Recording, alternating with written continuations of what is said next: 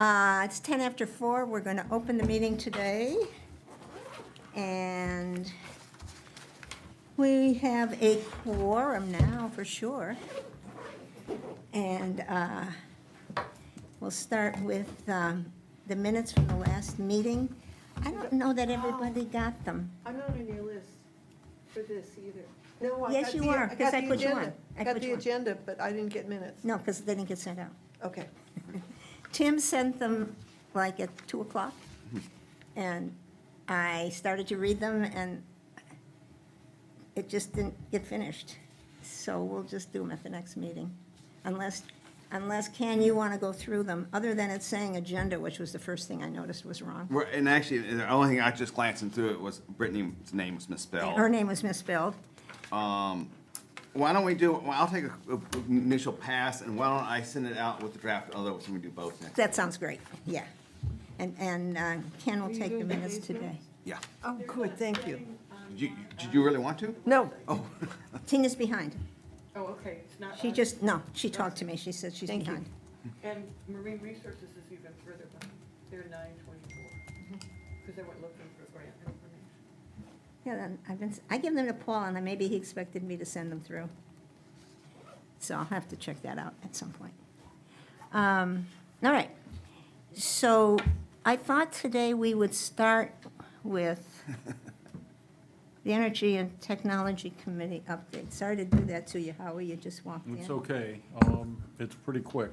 Okay, So at our last meeting, we decided to take the proposal to hire a consultant and split it because the Budget Advisory Committee really wanted us to commit to having this consultant investigate the solar credits that we're getting from the solar farm, which was nothing like what we were looking for. And it seemed like it would not make sense to have the same person do both anyway. okay, So we sent a note to Terry and Christie saying that we wanted to split those. And I talked to Christie since then, and she said that the solar farm, so we can find someone to help us sort it out, may be impossible, because it may just be impossible to sort it out. That would not be a high enough ticket item to require the RFP and whatever. It would just be a few hours of someone's consulting basically, they time. could do it basically in-house, sort of. Well, yeah, or just the select board could just say, yeah, go ahead, Right. spend however much it's gonna be. I did talk to one of the candidate consultants today, thinking that he would be the right person to do that, and he said, no. The other thing, though, that I'll say is that I think that the concern about the solar farm credits is a tempest in a teapot. Because we're paying the solar farm and we're paying CMP, and some money is getting evaporated in the process. But it's not like we're paying any significant amount more than we would have paid if we just stayed with CMP in the first place. So we're getting a little bit of a discount, and some of that is evaporating in the process. Okay, But it seemed like you could spend money on a consultant to try to straighten it out, and it would take a long time to recoup the costs. I was So gonna I say, just, what's the cost versus, I mean, it's annoying that it's happening, and it's stupid that it's happening, but it's, you know, what's happening is that we're having some credits expire. But the credits are costing us less than the CMP bill would have been, so now we're paying for some credits that are expiring, and we're paying CMP a little bit more, and if you do the math, it's not very much. The other thing, talking to the consultant candidate today, was, he said, and all I'm gonna recommend if you hire me to make recommendations is don't do anything. Don't do anything. Don't do anything. He said, you have no idea what the situation's gonna be in 6 months, 9 months, a year, 2 years. And you don't know what the tariffs are gonna do to the price of the materials. You don't know what the net energy billing craziness that just happened is gonna be. You don't know what the incentive credits are gonna be. So even if we were to try to, you know, start something before things change, he didn't think we could get to the point where we would be qualified for whatever credits or whatever. before they get changed. I have a question, though. Is there, in the concept that we're talking about, is there the concept itself that needs to be developed, forgetting about the money piece? Yes, but it's hard to make any plans now. I mean, you know, even the major, big picture things, you have no idea what's gonna make sense in 6 months or a year or 2 years. So there's not a lot we can do right now. We might wanna think about, you know, what should get incorporated into the new fire station. But that's probably the limit of it. And, you know, maybe we should just, I don't know who, if they want to talk to the Energy Committee and, you know, just get some input or run some ideas by us, but that's, you know, he's right. You have no idea what's going to be happening that's soon. true. And I think he said that some of the net energy billing changes were retroactive, and so they're going to try to claw money back from Is the this solar farms. Federal or state? The State. Stay. The State, state yeah. did some craziness last week, and, And then as- the federal on top.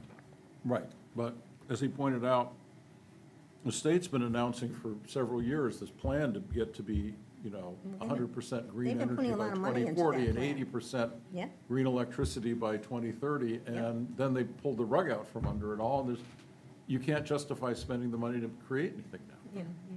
Well, that's something, maybe we'll also stay with that and hold that, because we'll be talking about that more when we get into the fourth item on the agenda, which is this new grant opportunity that's out there right now. But thanks for that update. The next thing on the agenda is the Communication Resource Information Update, which is Nancy and Jay, And you, and me, and you. sort of. So this is a subgroup of the, this committee. And Gail Hayes, who's not on the committee, also joined us, and Martha Israel's going to as well, because they love meetings. But the group, the original group was Peter, Nancy, Mary Ann, me, and Abby. And Abby left us, and Peter left us. But we were stumbling around trying to figure out what exactly we wanted to do. The goal is outreach to the community about the topics of energy efficiency and storm preparedness. So we looked at all sorts of resources, and there's a lot out there, which also makes it confusing because there's so much out there. So then Mary Ann and I attended a regional meeting of coastal communities. And Rousick had done this really spiffy booklet that I'm very fond of personally, that really seemed to tie it, gave us a center, in my opinion. So we're looking at that and going through it and obviously making it Harpswell specific. But it's a nice document, so if you want to just flip through it. So then Mary Ann suggested, we're at the point where let's give more information to the committee so they can hopefully give input on what we're coming up with, starting with that, but going further. What have we forgotten in our list, and maybe what we don't need even? So I can't imagine we thought of anything incorrect. But this is, again, the overall concept is create and outreach a user-friendly handbook, or whatever we call it, for the Harpswell community. And I gave you working title and subtitle, and where we need your input is a bunch of things. So I wanted to give everybody a copy. Okay. You have enough, Thank because I you. think I I have do. this. Yeah. Because nobody's here. And as Jay is passing that out, I'm thinking also that we have a number of entities on this committee that have a focus. We've sort of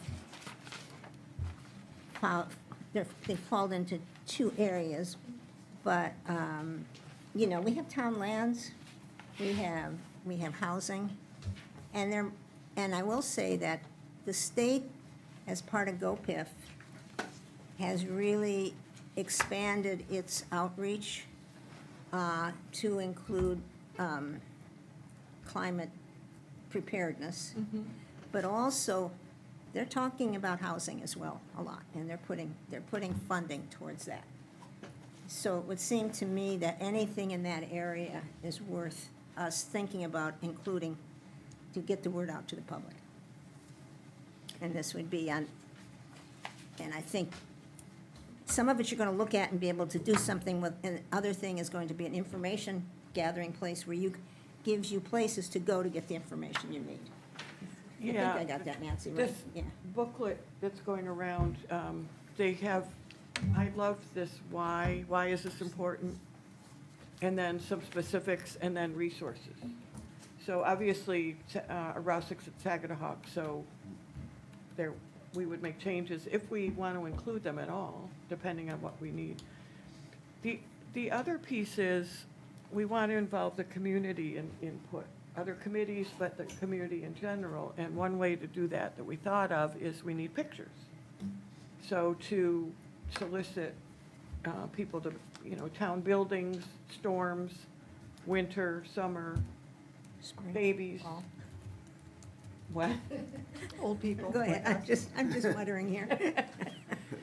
So somehow that's one of the questions too, how can we solicit pictures, and where would we have them go? And then, how would we fund it? How do we pay for it? What Rousick did was got it to go out to every mailbox in town. So every person in town got it. And it's a format like the one, I think the Conservation Commission did, which was How to Live on Casco Bay, which apparently Rousick borrowed from us to create this, and Rousick has been very happy to allow us to model our version of this on theirs. So it's You're allowing us to copy it verbatim if we choose. if we wish. Yeah. But we're not going to do that, but we got the formatting and everything. So that's another thing that we have going, and when we get into what we need money for, that's something to keep in mind. We have no idea what the cost for printing for this would be yet. But excuse me, the ask is, would people take a look at what we've got? What did we miss? And if you want to flush out any categories, we'd love the input. This is the one that Nancy was talking about, the conservation guide that is available. And it is similar in that I realized late, it has the why, which I just love, and then the what. And the Rousick one has small things you can do, and they have a disclaimer at the beginning. We're not trying to scare you. We're just trying to give you ideas that you can use. So, So Jay summarized where we are on the sheet that she just handed to you. And at the very bottom of it, it lists the handbook sections. There are 8 sections, which are the headers for the colored pamphlet. And one of Mary Ann's concerns was that in our conversations in the subcommittee, particularly when Peter was here and Abby were here, was that we were focusing a lot on emergency preparedness. And that happened because we We had a started, storm. we started meeting, well, A, we had the storms in January of 2024, and B, we started meeting right after North Carolina, Western North Carolina was hammered with flooding. So that was, our awareness was really heightened.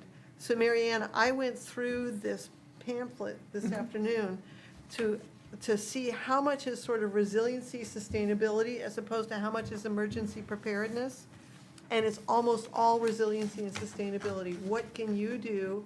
How can this town be more resilient and sustainable? There's only one section, which is preparations for emergencies, which is entirely about emergencies. Yeah. So it really focuses on the long-term effect, as people also prepare for if and when there is a crisis, what to do. So here's the chart I made. Great, thank You you. can look at X's. The other thing, Jay, is I was in the Cundy's Harbor Library over the weekend, and they are having an annual photo contest. So that's annual photo contest. Registration begins today, and the entry awards are on Saturday, August 2nd. Bring up to 3 photographs for the show.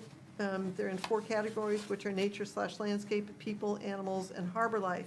This isn't necessarily a plug for this show, although that's great. But we all know that the Land Trust has a photo contest, and I don't know if Orr's Island Library has a photo contest. But we could piggyback our needs on this kind of And thing. say, who's having that one now, just for them? It's the Cundy's Harbor Library. Okay. You can have the flyer.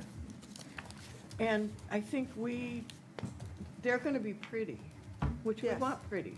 Yes. But we also need, I mean, I think a town building, which isn't typically what you enter into a contest, so all of that. It'd be nice to figure out some way to get these subtitles out in front of people so that they could look for pictures that would Yes. enhance those, Yes. those titles.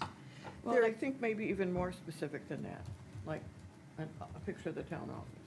You want a picture of the town office? Well, I think, Yeah. We can have a Pretty, picture I of the think a town pretty office. one with flowers out, or I know I have an aerial one too, so. Well, the other thing is, you know, with the beginning of Scuttlebutt on the pale, that is the sign coming into Harpswell that says it's a working waterfront community. Oh, that's even better. Well, or both, Yeah, so, yeah. yeah. The other thing is, we have talked about two things that are not included in the Aroustic one, and they are what to do about roads, Right? particularly private roads, and what to do about water. So we are thinking about including another couple of pages about those two topics, which are obviously very relevant to Harpswell. And then we also had come up from a bunch of other sources of emergency checklists. There's a grab-and-go bag for leaving home for 3 days, and then there's a list for sheltering at home for 7 days. So we think we will include those specific, here, check this off, make sure that you've got this amount of water per person. Part of the dilemma, I think, is not to do too much, Mhm. because user-friendly, you don't want to overwhelm people. And there are other resources out there, so we don't have to do it all. But we want to get the key things, the exciting things. Good. Thank you. So if you guys can look this over and look for holes that need to be filled, that would be great, or, Yeah. I would love to make a comment based off of just glancing through the Aroustic one. To echo your point about the orientation towards like reducing consumption and green stuff, just like to my mind, living in Cundy's Harbor, if I have a high efficiency electric hot water heater or a high efficiency electric heat pump and the power goes out for, you know, a week or more, like that is actually, those things are pretty at odds. So I want, like, we need to discuss that because it's something that people are aware Yeah. of in Yeah, town. there's some trade-offs. Yeah. Yeah. You know, I think about like the Bowdoin Coastal Studies Center, when they did that recent construction, they made it ultra green and all that, and it's very, all sorts of electrical green power. But then back behind it, you have this enormous diesel generator, which has to, power goes out, so exactly what you're Just saying. in case, yeah.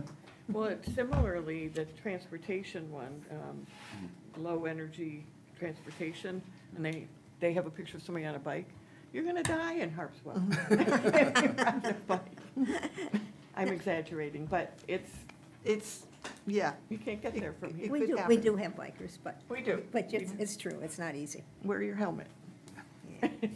And Ken, I can send you that electronically Oh, okay, that'd for be the great, minutes, great. because it'd be great to Include with it. ask other people to, if they weren't here, to look at it. So my sense when I read this, Jay, is it's no wonder that you were an effective legislator. Because you've summarized it in a logical way. Well, that's right. Very Thank good. you. Great, thanks, Jay. Nice. Make me cry. Not yet, later. Great, so, again, if you guys have ideas about that you'd like to submit, you know, certainly send them through to Jay and Nancy and myself. And this is great. And sort of following, should we mention that it go just to that, your subgroup, to avoid getting Oh, yeah. a meeting by email, so to speak? Yes, yes, thank you, Ken, for bringing that up. You're very attuned to that. I tend to forget. Okay. The next item is one that we've been struggling with, which is the mitigation investment policy. That sort of fell off the radar, Ken, in the last month. if you recall, last month we talked about, Yeah. the town and the Budget Advisory Committee would like us to submit a policy that they can start using as they think about financially planning for changes that are going to have to be made for sea level rise. Have a good afternoon. Thanks, Mark. Bye, Maureen. I watched the recording. Okay, I'll talk loud. And we haven't gotten too far on the policy, but we got kind of hung up on a possibility of a grant for portable floodgates. We talked about them at the last meeting.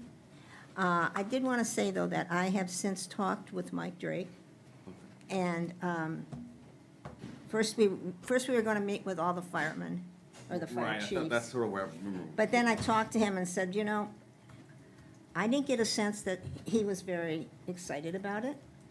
And he also says, well, we're going to meet, but it's going to be about the new fire station. He says, I really don't think that anybody's going to have that much bandwidth to start thinking about this. He had a number of concerns about where you could get the road flat enough, it wouldn't even be wide enough for the fire truck to get, one fire truck to go down. He had concerns about where we were going to keep it. His biggest concern was the manpower to put it in place.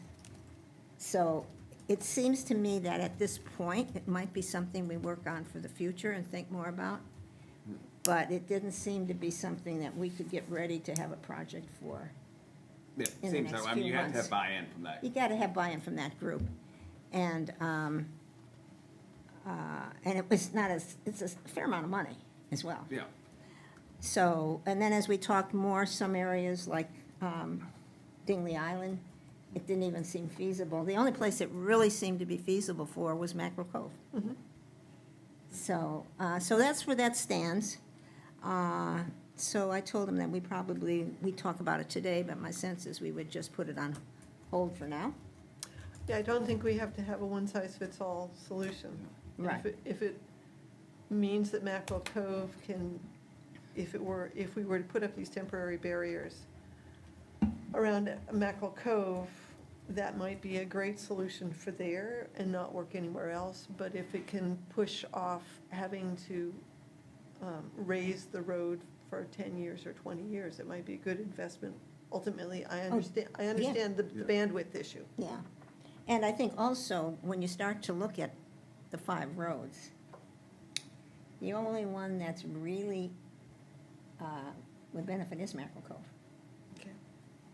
Because the others, Lowell's Cove has 2 ways in and 2 ways out. Did we mention Bethel? In Bethel, you weren't using them there. They were changing the culvert. And Basin Point Road, it doesn't really flood that much, that frequently. Yeah, Yeah, And you would need so many potentially if you did. tried to.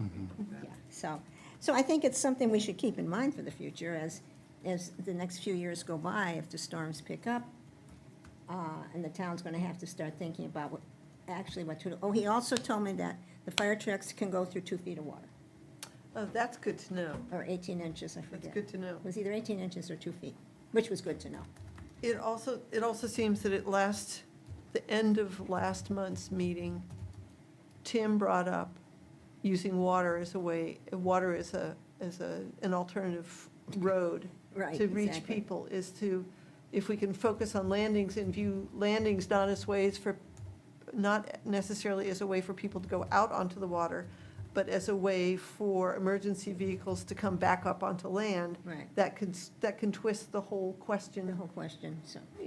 I think in a productive way. So, in time, it might be the basis for some real strategy as this happens more often, and there's only a certain bandwidth, and a bandwidth, people will only accept something happening infrequently.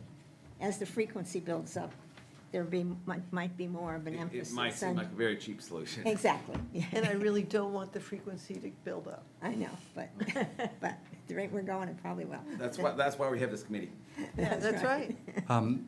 something that did come up in the meeting last month around this was armoring those road crossings or whatever you want to call them to protect the roadbed more than we are protecting That's the true. like. Yeah. And I think that that is a really good and useful way to look at it by my eye, because we already have limited emergency response manpower, and I would prefer the people responding to emergencies not have just been setting up heavy barriers for 6 hours prior to getting an emergency call to Yeah. show up to, you know? So if we can maybe like, I don't know, I envision like, yeah, some kind of armoring, and then you have like your snowplow stakes, so you know where the road is, kind of thing. Like, Yeah, yeah. there are ways, yeah. So I think there's other- ways to be, temporary armoring is a good way to put it. There's ways to think about how you handle more and more storms. The other reason for raising a road, for example, is the underlayment. Which is already a concern at Bethel Point. Right. So, but that's a good point, Sean. I think that's something we can, at some point, I think it's worth spending a lot more time to talk about in that vein, rather than just raising the road and this is what the cost is gonna be. Yeah, it was an idea that No, I that, think bears repeating for sure. yeah, yeah. And the process is really interesting because having the engineering studies and looking at the cost gave a lot of information we didn't have. That's right. And then, do people want to do that? Well, maybe not. So then what? So then, less expensive, more feasible, More maritime based, I think. and Yeah. water is, Yeah, we got water. yeah, and we have boats. We have boat. Some people Yeah. have lots of boats. Good, okay, so, Also, I think related, maybe, the non-resident taxpayer meeting's coming up. Mhm. What, in a month? July, it's like next 7th. week, isn't it? next week, yeah. And I wonder if this is a topic that people will bring up. I don't know, I'm not gonna be at that meeting either. I'm planning to go. Okay, well, good, you can fill that. But I just wonder if it would Oh, it'll come up, come up. probably, yeah. So, but, I'll take notes. so that still gets us back to this policy. And I'm trying to figure out, it seems to me, and I haven't, to tell you the truth, I haven't had the time to sit down and really think about how to just give you a rough draft. But my sense is we should have some, either we can use our classification and our prioritization plan that we use for roads, we could include that in there for, we need to give them steps for how to plan to pick a project and spend money, right? I think think- that's what they're looking for. I think obviously we have had a process for roads. I think if we add in landings Yeah, and do the same kind of analysis with landings and which we've already done, or a actually. morphed analysis, Yeah, ultimately, somebody has to make decisions, but we can provide the process. And I think we have the rough draft of the process in place already. right. And you need to take some time this summer for Mary Ann Nave, like in August, And, just for Right, this- you to be able to do things that don't niggle at you with guilt about. I don't feel too much guilt. Yeah, a couple of things. It's just really just sitting and talking a little bit about, we've got that. We also have a plan for getting engineering assessments. Thinking of how we can take those high-level things and make that into a policy to give to them. So, yeah, so we'll keep plugging away. I mean, they're only gonna ask for this next month, so we got time. I was thinking more like September. So we've had tighter schedules. Yeah, yeah. But I'm to the point now, I just have to sit down and put some thoughts down and send it to everybody. And it's not gonna be a meeting, it's just gonna be thoughts that everybody can look at, and we'll talk about them at our next meeting, so. Okay, that's my action item. Okay, we now have this grant that's coming up, that we have opportunities. Now, I sent around, Ken very nicely went through that and sent out an email, which I put into the, what I sent with the agenda today, and as did Jay. So I'm not sure if everybody's had a chance, but maybe I thought we could work with this and come up with whether or not, it seems a shame not to take advantage of money if it's there, but are we in a position and what could we do? And we also, some other projects that are sort of half done out there that, depending what we decide on this, we can figure out. And this is GoPIP. This is GoPIF, it's due August 29th, not a whole lot of time. And there's seminar work. There's a workshop at the beginning of August, I forget the date, 8th or something? I think, I don't remember. While I already have you off topic a little bit, Gabe, the Southern Maine Resiliency, and MCOG, they do meetings together and they do meetings separately. Are they, and they both send out information about the grants? Mhm. They're the same grants, Yeah. right? We spend a lot of time trying to figure out what's a duplicate. Yeah. We got a message from Meg Rasmussen, who is at MCOG today, saying that they would help with us. So, With this grant? hmm? With writing this grant or preparing this grant proposal? If we needed help, Well, that's kind. but let's figure out what we got first and how they best can help us. Do you have handy our sustainability plan and our highest priority items on that? I left it home. Okay. I kind of know they are off the top of my head, though. Because I think Jay and Ken both had good ideas, and they were focused. I know the one that Jay was talking about most, and I think your guidelines were to do something that we can do. Do Right. something that we could make a strong case for, a fairly simple argument, and to basically maybe get some low-hanging fruit that would Yeah, be and, easy for someone going through a lot of applications for it to make sense to. yeah, Like an energy station, a charging station here at the town office, which we've talked about at length. And Howard, I think maybe if we were going down that path, I know Ian, Energy and Technology have looked at it a number of times, and as I remember the last time we discussed, there was some question whether this power supply coming in this building could even support a charger. I don't know if there's anything up that. Other thing that just occurred to me, is there any possibility that you can pull from the transfer station power? That's for not charging? really the issue. It's, so, let me see, I mean, ideally, you'd probably wanna put like, 2 or 4 chargers, right? The problem is, if 4 cars pull up at the same time, then you have to cut the power to them, because they really draw a lot of power.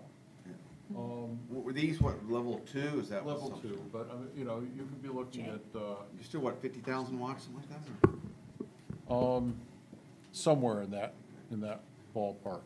And it was, I think what they were proposing was 4 chargers with a max of 80 kilowatts. But if you had four cars, you'd only be getting 20 kilowatts each, which takes a long time to charge your car up. And actually, those numbers sound high. And, you know, the question was, you know, with the new power lines here, would we be getting, you know, would we hook up to the 3-phase power, and that might make it easier. And then the one bid we got to connect the place to 3-phase power, as far as I can tell, can be summarized as, we don't want to do this, the contractor, because I got to one of the line items and went, are you serious? They included in their $500,000 proposal to upgrade the power to this building was $45,000 for a concrete pad to put the transformer. And it was like, you can't be serious. And I kind of pushed back on them in a meeting, and they stood their ground. They said, yeah, it was gonna cost that much, and they'd have to rewire the elevator. I'm like, what are you talking about? You still have single-phase power in here, leave the elevator where it is. But so anyway, the town just crossed that off. Yeah. So, I mean, the problem is that you're not gonna get a lot of business at such a charger. And then you run into problems like, you end up with demand charges, which are not based on the amount of energy, but on the peak consumption. So that 80 kilowatts puts you in this, if someone hooks up for 15 minutes and, draws a whole bunch of power, you get charged hundreds of dollars that month for that peak. And if you only have a few people use it, even if you charge the money for it, you lose hundreds of dollars. So until the town actually has electric vehicles that would be, plugged into them, it doesn't seem to make sense. I think the schoolhouse upgraded their chargers when that, when there was that grant available. I think they did, yeah. But that's when we looked at it, and one of the proposals was gonna cost a fortune, because they wanted to upgrade the power to get power out to it. So,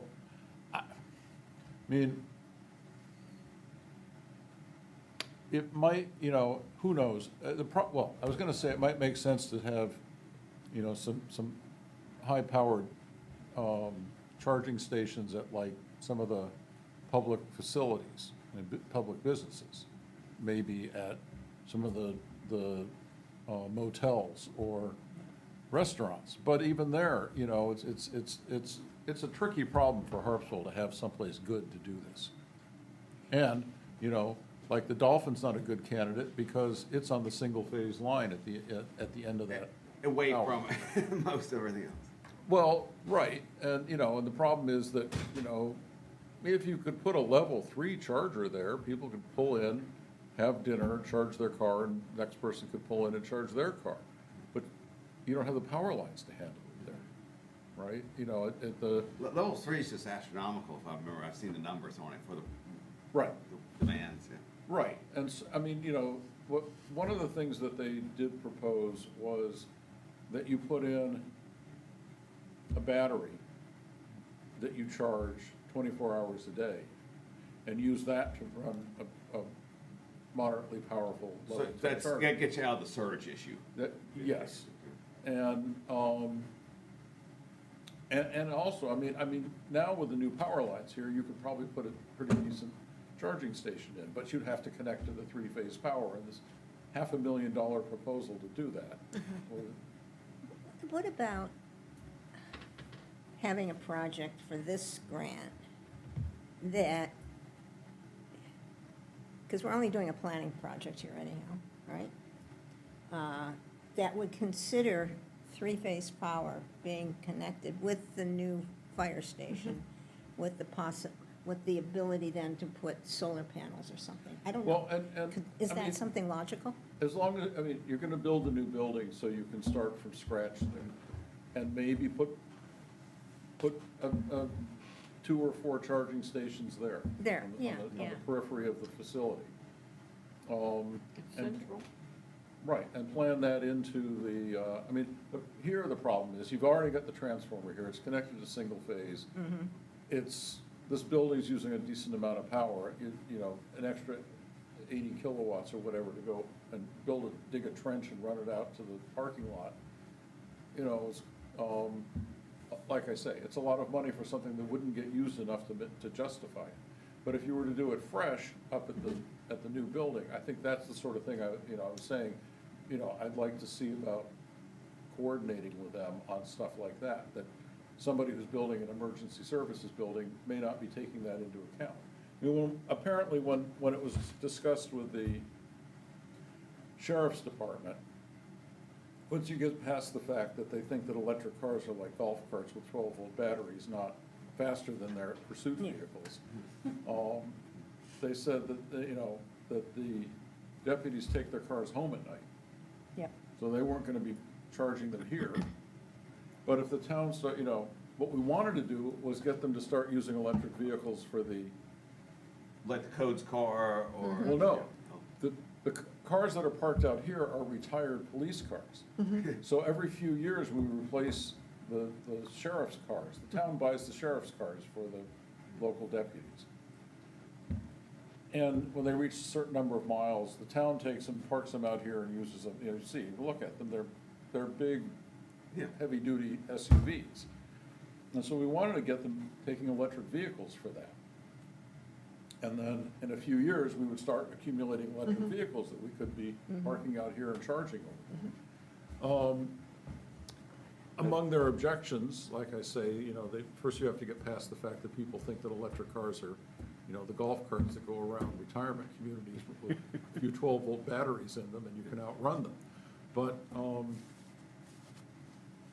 I think the issue was, one big issue was that you look at all these electric cars, there's massive amount of instrumentation in the dash, which is where police vehicles add radios and radar and all kinds of stuff that they need space for. And so I think there's one of the electric car manufacturers is working with police departments to work out what should be there that the car needs and what should be there, the room for what the police need.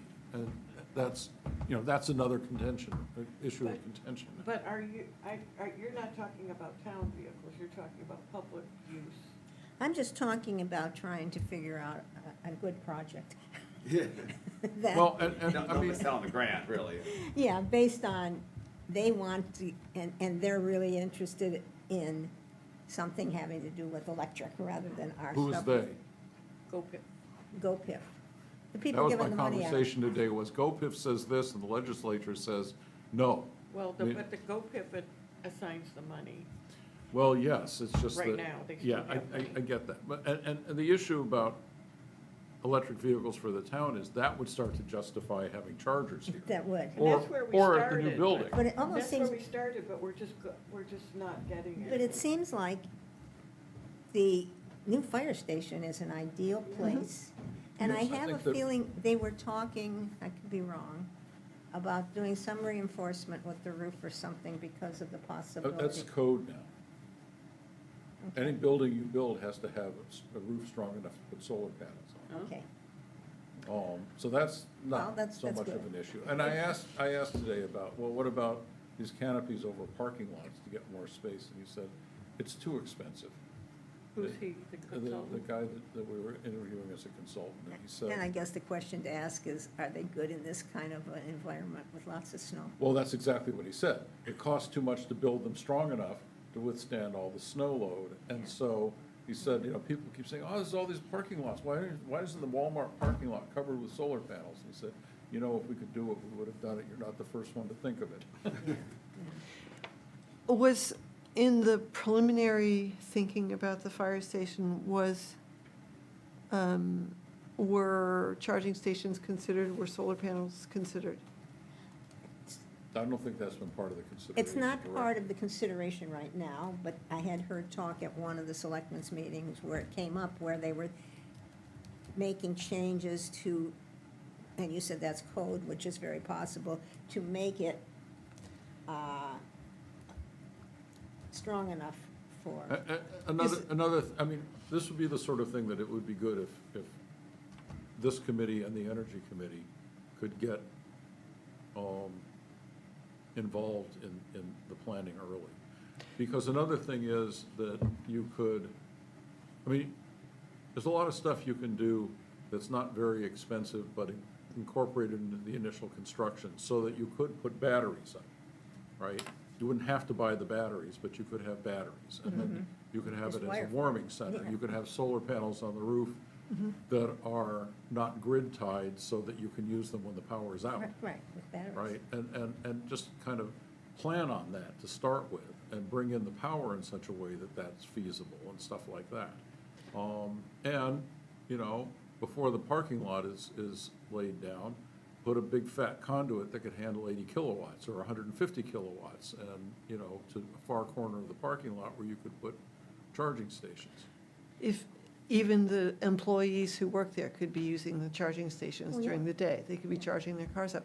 It seems to me that if the planning for the new fire station is not too far along, that if we were to apply for a grant to do that very preliminary planning, so we don't miss an opportunity, I can't imagine that they would not fund it. Well, it sounds like a really good possibility.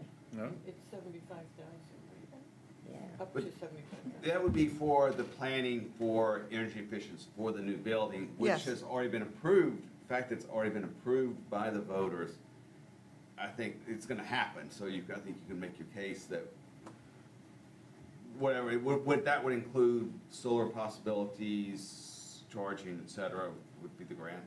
We might even be able to get some hardware with that. If we, well, Well, than just planning. Oh, yeah. It sounds really appealing. It's, It does. the station has just been approved. If we wait 3 years, then it'll be too late to make these decisions, which are looking 10 years down the road. And I think GoPIF is interested in people looking 10 years down the road. Yeah. I'm picking that number arbitrarily. Yeah. But I think it would be a missed opportunity, and I hate missed opportunities. Me If we too. didn't think about how to have, sustainable energy sources for that building, or transmission or distribution from that building. Okay, so let's. I think we move should forward do it. with this. Okay. Now that we're going to think about doing it. What we need to do is get a game plan going. One, Ken's point about it's not just residents, it's visitors, and that's a GoPIF thing too. Yeah. We all are glad when Labor Day comes and people leave, but, but to be accessible to. People it's can an- plug- it's I would an say that economic driver. if you look at the electric cars in the summer, a very disproportionately high percentage are out of state. Out of state, right. That's what it is. Okay. Also, you could plug in there and go for a walk on the cliff trail. And charge. Which is a town trail. Handicap accessible for Mhm. part of it. Bingo. So social vulnerability. You look like you're getting ready to say something, Sean. Yeah, this is all new. I am curious about the specific lists of things that they are interested in accepting. What are the, grant submissions around. I have a little note that is related to housing. You said they might be interested in housing-related stuff. It's come up over and over again. Specifically, I see it's also Harpswell water carrying capacity. I'm really interested in exploring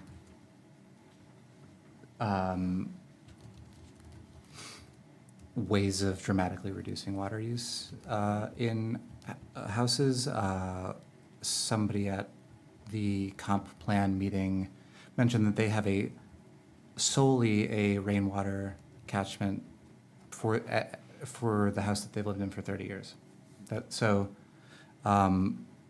Ways that we in town can do some kind of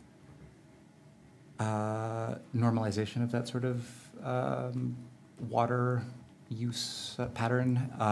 Another thing related to that is low or no water use toilets, either composting or incinerating toilets, or there's like a whole bunch of other options, and I would really love to figure out how we can make that work in town here to alleviate some of the water concerns that come up around housing. I'm not sure if that's like a study or what the legality on those things are. Again, this is That's good. and I think that specifically Harpswell would really benefit from getting clarity on what we can do with building out composting toilet infrastructure, which can be like pretty effortless to use. There's like, I know that the summer camp in Wiscasset, that Wonky. Chewonki has reasonably extensive composting toilet facilities that are just like normal bathrooms, as far as you can tell, pretty much. So, yeah, that's a thought. I think we should get some clarity about rainwater catchment and all, like different models of toilets, and how we can plug those in, encourage their use in town, have clear codes around their use, that kind of thing. That's an idea that came to me. Yeah, thank you. And it's something that I heard that woman talk last week, and I was gonna bring this up to the Conservation Commission, is we should have a photo contest for cisterns. Assistance, yeah. Mm-hmm. Or, Cisterns. Because there's a number of them in town, and the woman that was at the meeting last week uses hers. That's the only thing she gets her water from. And she uses UV light to purify it. And evidently, everybody said that she has parties and there's plenty of water. Yeah, I've had That's kind of what a meal at her house and absolutely didn't know that that was the case. So yeah, that's pretty well. That idea makes me wonder about a regional approach. And if we went into that, Rouseck, Georgetown, West, other coastal communities in our area, would it make sense to partner? You get more money that way. But what are we looking to, yeah, Well, the same thing, solutions to water issues, because they have similar, if not, the same, if we wanted to go that way. I'm looking through the state's 91 action list to to match see up if, with to you. see if there's a fit, which is why I'm saying I can hear just listening to Great. you. it's gonna be for a study of some sort, I think. So there's one, F-24 says, complete an assessment of drinking water quality and stressors and implement a source water protection program. That's, that seems pretty close. Yeah. maybe. Yeah, if you dramatically reduce the water flowing through, like black water output, then Yeah. I would say that that's reducing the stress on the water supply. Okay. Yeah. And there's a couple other things that they've been doing, and one of them would be for us, would be to have a study to, and that would be a case of people getting involved with the community, of finding out about their wells and getting information on their wells and knowing where they are, to get a sense of where there is water. There's another one, F-21, assess wastewater treatment facilities, which could be composting toilet, for clean energy potential, solar, anaerobic digester, et cetera. That doesn't seem. That's one. So, but what would we be looking for to ask the money to do? Some of these things seem to be, not to take away from this, we can sit down and figure out what composting toilets are on the market and make that available to people, for example. Can you say that Yes. again? So there's things that we can get a grant to have somebody study for us and give us the results. And there's things that, depending what it is, we have the capability of doing it in-house. Sure. You think that might be sizable more for in-house, is that? That's my thinking. I took a course with, oh God, the guy in Woolwich, build your own house, and basically, Shelter, Shelter. yeah. Shelter Institute. And there was this whole thing on composting toilet, and he had a whole list of places you could buy these things at that time. And so I guess that I'm it's, trying to get a sense of what we would do for a project. they're commercially made. It is not hard to find them. You can Yeah. Google search Right. buying them. To my understanding, the challenge of actually incorporating them into built structures, especially year-round permanent Right. residences, is that there is a gap in people's understanding about codes, because the way that building is done is almost exclusively with Yeah. flush toilets, and you can, I believe, dramatically reduce the size of your septic system if you are not using flush toilets, which is a huge expense in Harpswell where you often have to Yeah. like And bring in. that's where Yeah. you would need a study, I think, to coordinate what the state of Maine allows Yeah. and codes to what you could do. It So would be almost, I think, how the town could encourage its use, including probably revision of codes. Yeah. Yeah. And how you would write it or whatever to codes to meet that. Yeah, I think so. I don't know if that's if that is an appropriate thing to submit a grant for a study, but especially in discussion of ADUs and the way that additional units often lead you to needing to increase your septic size. If you were able to swap out both in the new ADU and the old building, you put in composting toilet, that I think makes up the difference. You could get away with just your existing system. A lot of times, I think that's probably true, and I would love to gain some kind of clarity on that. I don't, again, this is just like, No, but this is an interesting thought. I don't know that we are ready to do it for this Whether grant. it's a grant But- proposal or not, I think it's something that should get on our radar. Absolutely. And this is where I hope it'd be nice to have someone from the planning board participating. Do we have, is Margaret our only, No, she's a codes officer too. but she codes, but I mean, I think that would be interesting to have It's a someone good place to codes start talking about how we might put together a project Yeah. that would fall into the housing committee, basically. How it would fall into handling the issue of water and, And I think you're specifically thinking sort of the low-hanging fruit potentially with cheaper construction is, one, is septic system are always a big part of the construction in Harpswell. And two, you're putting less demand on the water supply, and which makes people less concerned about potentially denser housing.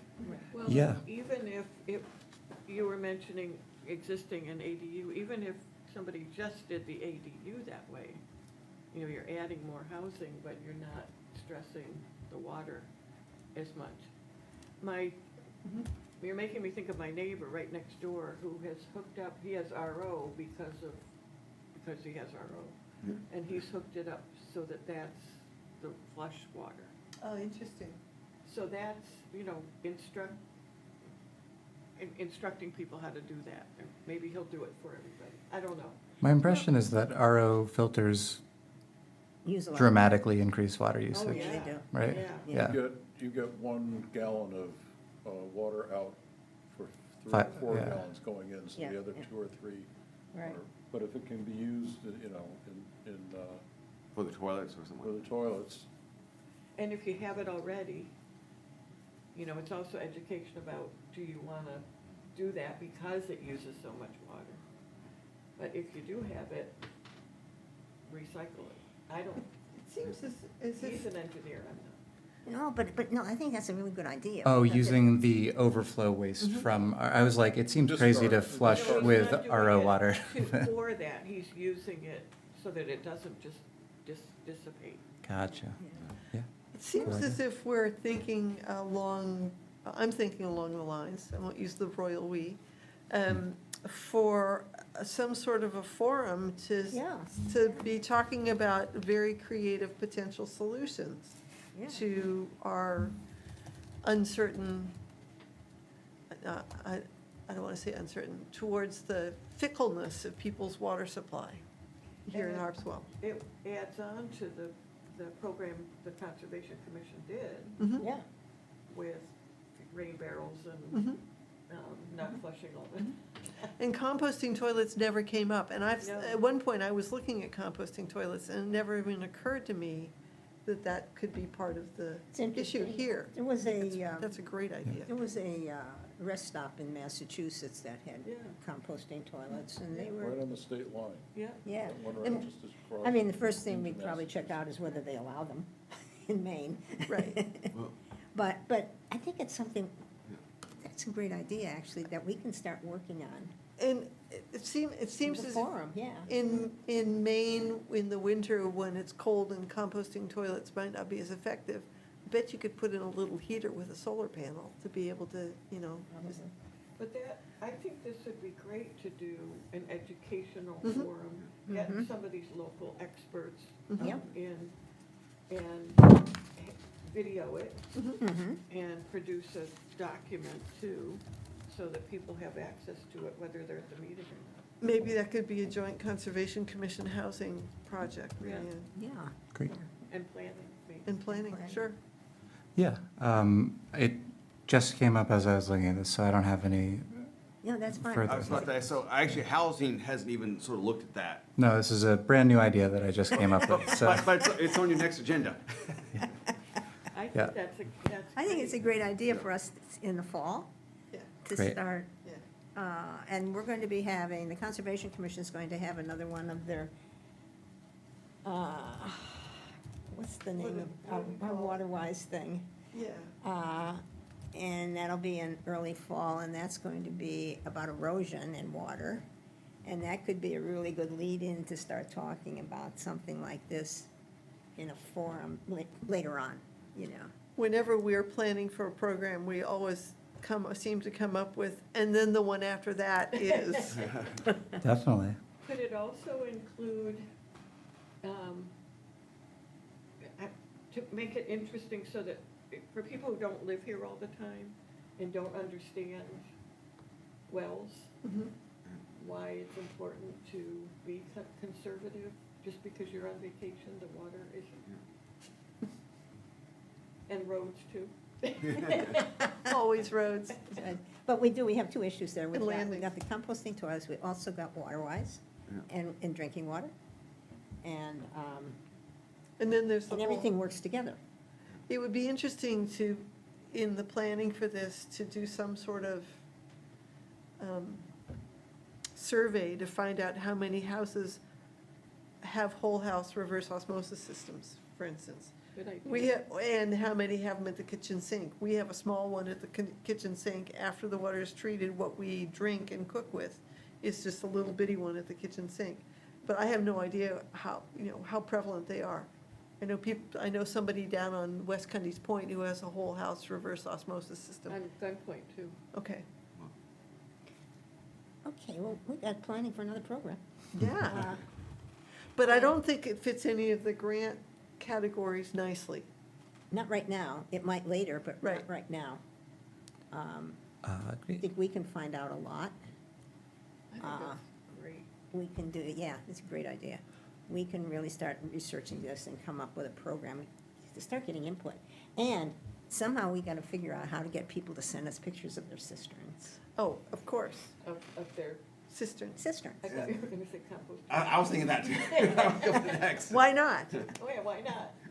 I think there probably must be Actually, one for in this town. brochure, that would be kind of cool. And if you have a composting toilet, This is actually one of the ways that this idea came up, was I was chatting with Jay about this resiliency thing, and I was like, oh, you can build small 5-gallon bucket composting toilets that are great to use short-term in emergencies instead of having to carry all the flush water. Right. So it's been percolating in the It's back been of my mind for a percolating, minute. that's But, another so There do you have a see. plan for that you'd be willing to share? I mean, is there a get yourself a 5-gallon bucket and throw in worms or whatever you use? yeah, it's sawdust, but those poor worms wouldn't like it. I have a sort of relative who grows worms, is that what you do, raises worms? Raises, I've always For wanted worm to- Worm composting? composting, I've always wanted to do that. Now, aren't there special It's worms? special worms, yeah, yeah, special. Yeah. Yeah. But yeah, this is, I guess I've a little bit derailed off of other. Actually, you didn't. Okay, great.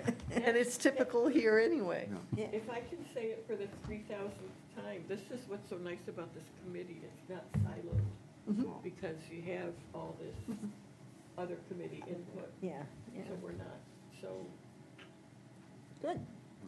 So for now, that's for later. Yeah.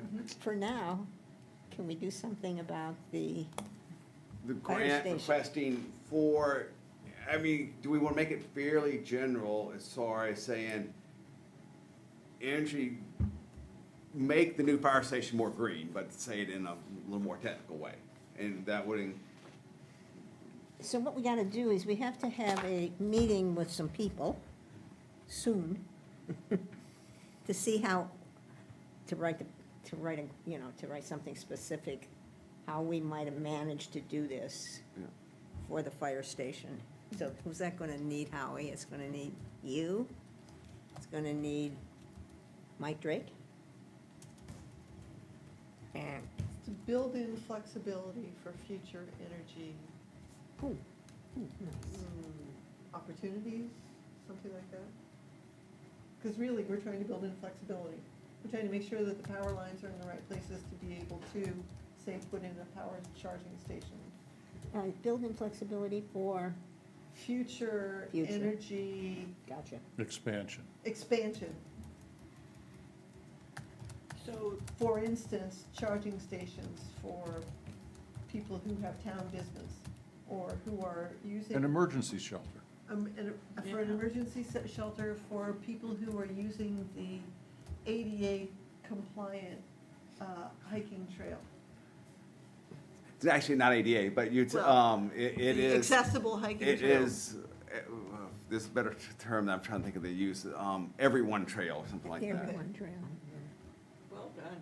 Yeah. There's this Southern and Mid-Coast Resiliency Coordinator Collaborative is offering a workshop July 15, Tuesday, July 15, 12 to 1:30 about how to write a good grant. Right. Do we need that, or you already know how to do No, I go to all of these if I can. Yeah. it? It's a Zoom, isn't it? As long as I don't have to drive It must someplace. be a Zoom, because it doesn't say where. And southern Maine is like, it's down in, I forget where that's. Well, we're on the, I mean, would we say we're expanding it, I think we're saying, would we include solar panels? Would we want to possibly include, battery backup solutions? I think battery backup off-grid? really is Especially- interesting. Especially for, if it could be used as a shelter. Battery backup is really a good idea, don't you think? Yes. Because And there's possibly in also, addition to a generator, if it's gonna be long-term, you may Oh, want a yeah. combination. you need the both. And Revision Energy came out with this about a month ago. There's a new outdoor batteries.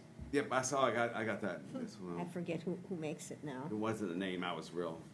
But at any rate, it's something that they have a plan on, so it would seem to me, if we're gonna do this, we need to have battery backup. So I want to make a small digression about using the fire station as a shelter. In the heat of last week, Cundy's Harbor Library is open Wednesday through Saturday, 10 until 3. In the heat of last week, on Tuesday, Heather Logan, the director of the library, opened up the library as a cooling center. So we're now having temperatures where Oh, yeah. cooling centers are needed. And she, I think, and she said all of the librarians are doing this, so I don't know if Oars Island We also do it did. here too. Okay. Yeah. Well, so Heather opened up the library, even though it wasn't normally open. She opened it up, and there was a family that was here on vacation, and the house was unair conditioned, and it was hotter than hell, and they had little kids. And Heather said that this family was walking down the road and ran into one of the residents of Cundy's Harbor, who said the library is open. And they went and they sheltered, and the kids used the children's library downstairs, which has toys and books and so on, and they were there for a couple of hours. So, A, I think that could make a great story if the anchor knew about it. B, I don't know I don't know if Oars Island is open on Tuesday or not. But B, Heather opened up the library, even though that isn't normal library hours.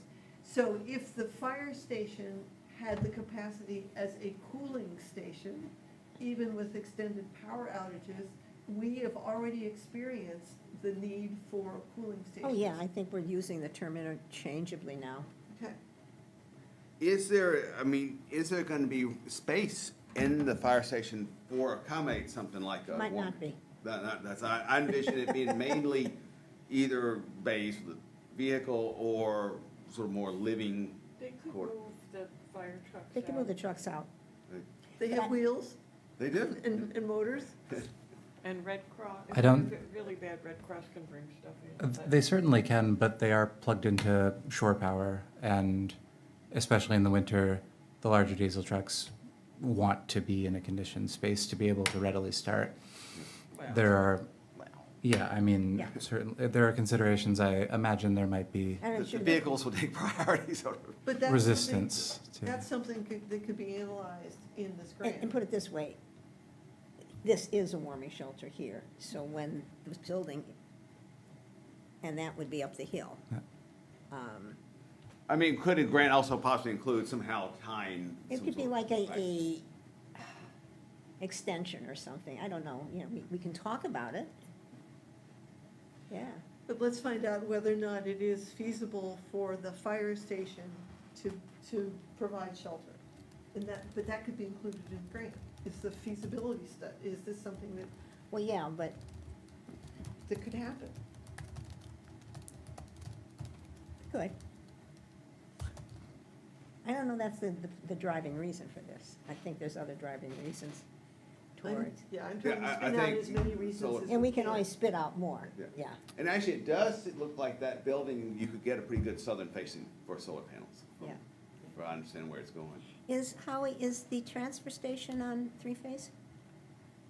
I'm sorry? Did they put put three-phase up to the transfer? Transfers, the three-phase hasn't gone anywhere onto this property. Really? Just It across. just We were runs so- down Road. Mountain Road. And we were so excited about having it. Well, Okay. unless we can find someone who can give a more reasonable Yeah, estimate for connecting, it doesn't make any sense. But I found that estimate ludicrous.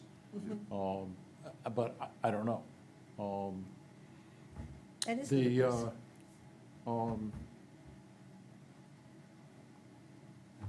my thought on the emergency services building is that I don't know that we want to be doing a feasibility study as opposed to first making contact with whoever's responsible for the design of it, and figuring out how to go about this.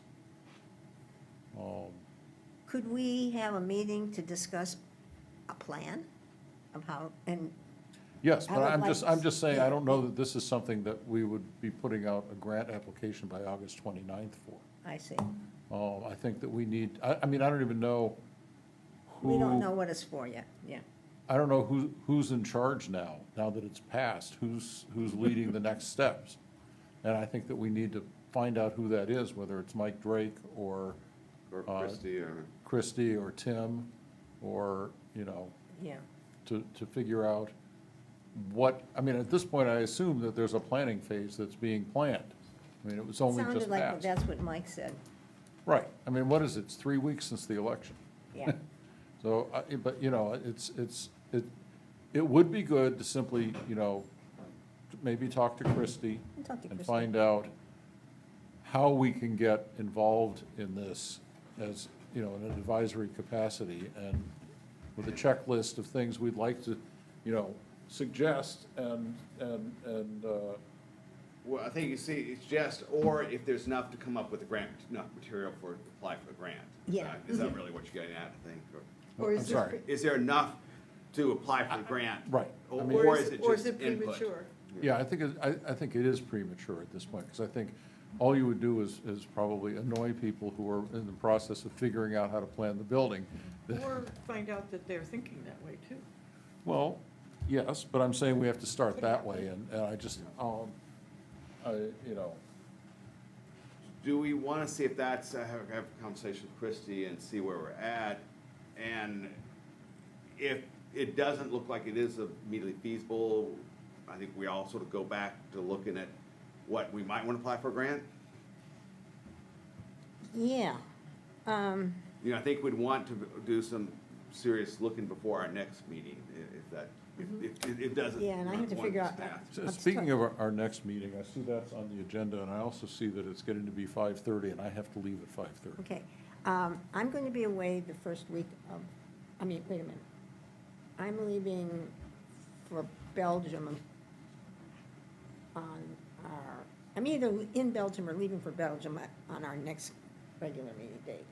So it would mean meeting either right before, in the end of July, and which makes sense if we're gonna try to If we're do anything. pushing, that might- Yeah, yeah. So why don't we look at a calendar now?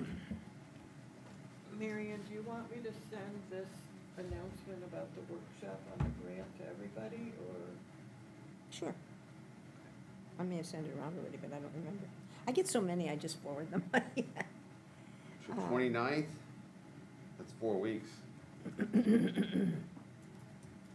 Yeah, let's do that. We're rescheduling the meeting, Sean, to the 29th, our August meeting to be July 29th Great. at the same time. I will have the same 5:30 constraint on that one, too. That's It's July, and It's Ju- everybody's gone, and I'm doing 4 shifts on the ambulance No, no, this week. that's and- understandable. not bad, it keeps good. meeting moving. We should be, Right. we should be done by 5:30 anyhow. Right, because I gotta get home and get some dinner before Yeah, 6 o'clock. okay, yes, please do. So let's plan on that. I will talk with Christie briefly, Yeah. and then just send an email around to everybody and see what we. And then I what's think, next steps. good chance we may need to take another deep pass at that. We're thinking Right. about. The other thing I was thinking about, which is also in the, in process, is we have a marine resources carrying capacity study that we applied for a grant through Maine Outdoor Heritage Fund that we didn't get. That's all, that's kind of ready. That's another possibility. Could that be repackaged to check Could one of be these? repackaged, except that now with the new fishing committee, Yeah. and Darcy Couture is working as assistant harbor master, she has the ability to do a lot of what we were doing on this first part of the grant, which was the testing of the water. Oh, But we might be able to, I have to talk to Paul Plummer. We could, depending what they can do, we might have been be able to take the second half of that grant, which was for the actual modeling of the data, which was another $50,000. We might be able to push that into this. We could repackage it for this.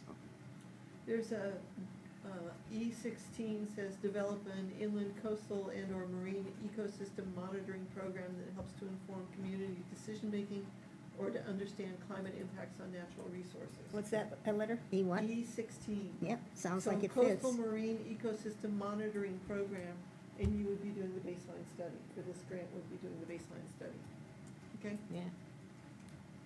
that could be, at least we don't, anything to keep from totally not trying for the grant. Yeah. See, if they let it pass. So that would be. seems like a good fit. That, again, I gotta wait till next week when the committee meets for the first time, present it to them, talk to Paul, and, So, and you'll get, and Christie's input for it. then I'll get Christie's input on this and let you guys know. Good. Well, we got a lot of, and now we have another new project to think I about. know. Composting toilets. It's so exciting. Yeah. Great. Okay, so we're gonna meet on July 29th at 4 PM. And I think that's it for today. Meeting is adjourned. 5:28. Thank you all. Thanks. Sean, we have a cabin in Colorado that we built, and we wanted a composting toilet, and are we still being recorded? Yeah. Shut your mic. It's off now.